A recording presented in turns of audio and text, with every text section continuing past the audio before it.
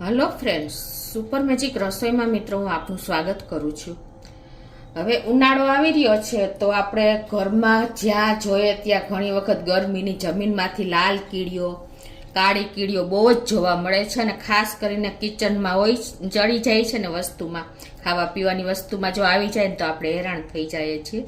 તો આજે એના માટેનો સોલ્યુટ આઈડિયા હું તમારી સાથે શેર કરું છું મિત્રો। તો ચોક્કસ તમને આ ઉપયોગી થશે। ગમે તો લાઈક કરજો, શેર કરજો અને સબસ્ક્રાઇબ કરવાનું તો ભૂલતા જ નહીં। અને મિત્રો બાજુમાં રહેલ બેલ આઇકનને પણ પ્રેસ કરજો, જેથી કરીને લેટેસ્ટ વિડીયોની માહિતી તમને ડેઈલી મળતી રહે।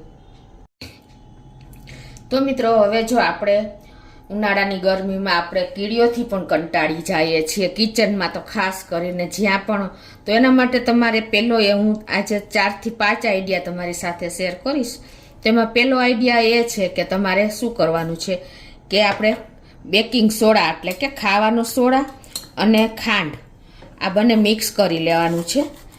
દળેલી ખાંડ લેવાની છે, બે સરખા ભાગે લઈ અને જ્યાં આપણે કીડીઓ આમ ચાલી જતી હોય, જ્યાં તિરાડ હોય, જ્યાં હોલ હોય ત્યાં બધે જ તમારે આ રીતે સ્પ્રિંકલ કરી દેવાનું છે। એટલે શું થશે કે આની સ્ટ્રોંગ ફ્લેવર સોડાની તો કીડીઓને ગમતી નથી અને એકદમ આમ ગમે ત્યાં સમાઈ જશે કે ભાગી જશે, તમને જોવા પણ નહીં મળે। તો આ એક સોડા, ખાવાનો સોડા અને ખાંડ આ બંનેને તમારે મિક્સ કરી અને છાંટી દેવાનું છે, તો પણ તમે કીડીઓમાંથી રાહત પામી શકશો। અને બીજો આઈડિયા છે મિત્રો કે આપણે કિચનમાં હળદર તો અવેલેબલ જ હોય છે, તો આ હળદર પણ એટલી સ્ટ્રોંગ ફ્લેવર એની હોય છે ને કે કીડીઓને બિલકુલ ગમતી નથી હોતી। અને ગમે એવી કીડી હશે ને તો આ હળદર તમે સેજ આવી રીતે જ્યાં કીડીઓની લાઈન હોય, જ્યાં તિરાડ હોય, જ્યાં હોલ હોય ત્યાં તમે આ રીતે સ્પ્રિંકલ કરી દેશો ને તો કીડીઓ ત્યાંથી ગાયબ થઈ જશે અને બિલકુલ જોવા પણ નહીં મળે। આ એક ટ્રસ્ટેડ જ પ્રયોગ છે મિત્રો, અને આ એક કીડીઓ માટે એક દવા જ છે કે ગમે ત્યાં એ ગાયબ થઈ જશે, એટલી હળદરની સ્મેલ એને ગમતી નથી। અને ત્રીજો આઈડિયા છે મિત્રો વિનેગર। આ વિનેગર પણ આ તમને આ કીડીઓને એકદમ એની ફ્લેવર ગમતી નથી, એની સ્મેલ આવે છે ને એટલે કીડીઓ આઘી પાછી થઈ જ જાય છે, જતી જ રહે છે। એટલે આને તમારે પાણીમાં નાખીને અને સ્પ્રેમાં નાખીને સ્પ્રિંકલ કરશો ને તો પણ કીડીઓ ગાયબ જ થઈ જશે અને ક્યાંય પણ જોવા ઘરમાં નહીં મળે। ઉનાળામાં તો આપણને ખાસ કરીને ગમે ત્યાં ખૂણે ખાચરે કીડી ઉભરાતી હોય છે અને તમે આ વિનેગરને પાણીમાં નાખીને અને પોતા કરશો ને તો પણ તમારા આખા ઘરમાં ક્યાંય કીડી જોવા નહીં મળે। અને હવે પછીનો આઈડિયા એ છે કે મિત્રો તમારે જો આ વિનેગર અને ખાવાનો સોડા આ બંને મિક્સ કરી અને તમે આ રીતે જો કીડીઓને, જ્યાં આપણે લાલ કીડીઓ માટે ખાસ છે આ કે લાલ કીડીઓ પણ એટલી જ જોવા મળે છે, તો તમે આ બંને મિશ્રણને પણ મિક્સ કરીને અને ગમે ત્યાં જ્યાં કીડીઓનું હોલ હોય ને, જ્યાંથી કીડીઓ લાલ આવતી હોય ને ત્યાં છે, તિરાડમાં છે, ત્યાં તમે સેજ આ રીતે છાંટી દેશો ને વિનેગર અને બેકિંગ સોડા તો પણ કીડીઓ લાલ ગમે એવી હશે ને ગાયબ થઈ જશે, બીજી વાર દેખાશે પણ નહીં। અને હવે પછીનો આઈડિયા છે મિત્રો કે આપણે લીંબુની છાલ હોય ને એની સ્મેલ પણ કીડીઓને બિલકુલ ગમતી નથી હોતી। જેમ ખાંડ કે ગળ્યું દેખીને કીડીઓ હુમલો કરે છે ને એવી જ રીતે આ લીંબુની છાલ તમને જો કટકા કરીને અને જ્યાં કીડીઓ હોય છે ને ત્યાં તમે નાના નાના કટકા નાખી દેશો ને તો પણ કીડીઓ ગાયબ થઈ જશે, બીજી વાર જોવા નહીં મળે। અને લીંબુની છાલ સુકાઈ ગયેલી હશે ને એનો પાવડર કે એની સુકેલી છાલ પણ તમે વેરી દેશો ને તો પણ લીંબુ ની સ્મેલ એને ગમતી નથી એટલે કીડીઓ ગાયબ થઈ જાય છે।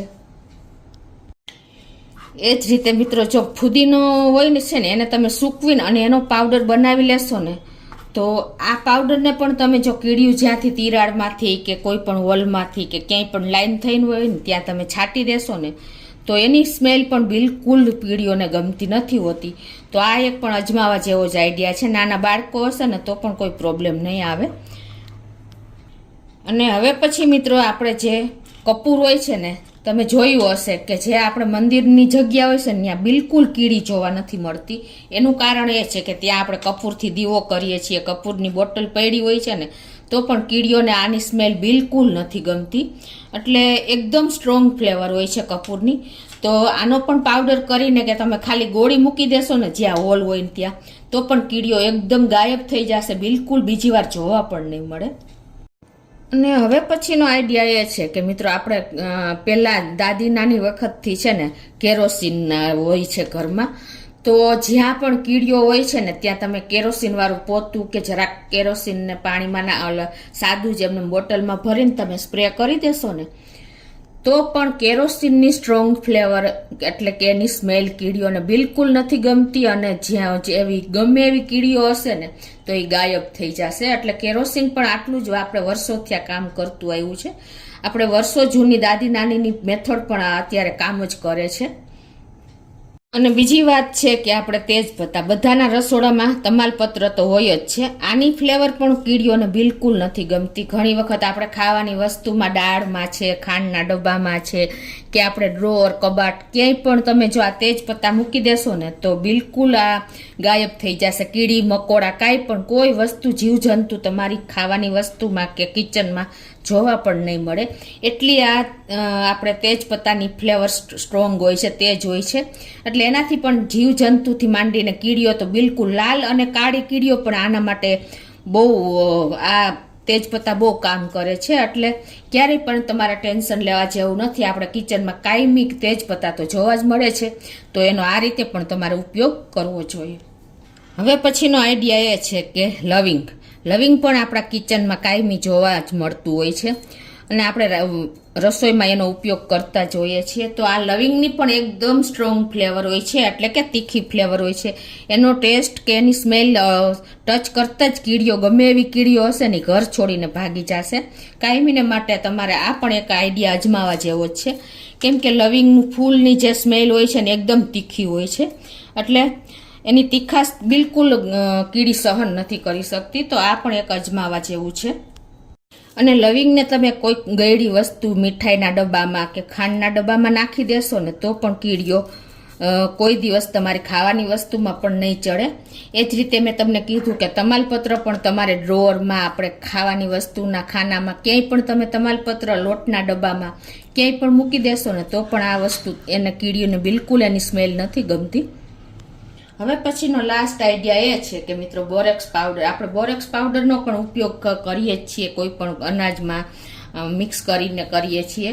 તો આ બોરેક્સ પાવડર ને તમે ખાંડ અને પાણી સાથે મિક્સ કરીને અને એનો ગોળીઓ વારી લેશો અને ગમે ત્યાં તમે કિચનમાં છે, ડ્રોઅરમાં છે, કે જ્યાં પણ કીડીઓનું ઝુંડ હોય ને ત્યાં તમે મૂકી દેશો ને તો એ કીડીઓ કાયમને માટે ગાયબ થઈ જશે. એની બિલકુલ સ્મેલ એને ગમતી નથી અને એ ઘર છોડીને ભાગી જશે. એટલી બોરેક્સ પાવડરની સ્મેલ એકદમ સ્ટ્રોંગ હોય છે. તો મિત્રો, આ બધા જ ઘરેલું નુસ્ખા આપણને કીડીઓ ઉનાળામાં કાયમી ભગાડવા માટેના આઈડિયા શેર કર્યા છે. કે લીંબુ છે, હળદર છે, આ બધા જ આપણા ઘરમાં અવેલેબલ હોય છે. વિનેગર છે, કપૂર છે, બેકિંગ સોડા છે, લવિંગ છે, પછી તમાલપત્ર છે, આ ફુદીનો છે, પછી બોરેક્સ પાવડર છે, કેરોસીન છે. આ બધી જ વસ્તુ એવી છે ને કે મિત્રો, આપણને ઘરમાંથી જ મળી રહેશે. તમારે ક્યાંય એને ભેગી કરવી નહીં પડે. અને આ સોલિડનો આઈડિયા છે કે ઉનાળો આવે ને એટલે આપણે કીડીઓથી ત્રાહિમામ થઈ જાય. જ્યાં જોઈ ત્યાં કીડીઓ આવે છે. અને કિચનમાં તો ખાસ કરીને ખાવાની વસ્તુ, લોટ છે, ગળી વસ્તુ, ખાંડના ડબ્બા છે, મીઠાઈના ડબ્બા છે કે દૂધ છે, બધામાં જ ઘણી વખત લાલ અને કાળી કીડીઓ ચડી જાય છે અને આપણે હેરાન થાય છે. તો આજે આ તમને સોલિડનો વિડીયો ઉપયોગી થશે મિત્રો. ગમે તો લાઈક કરજો, શેર કરજો અને સબસ્ક્રાઈબ કરવાનું તો ભૂલતા જ નહીં.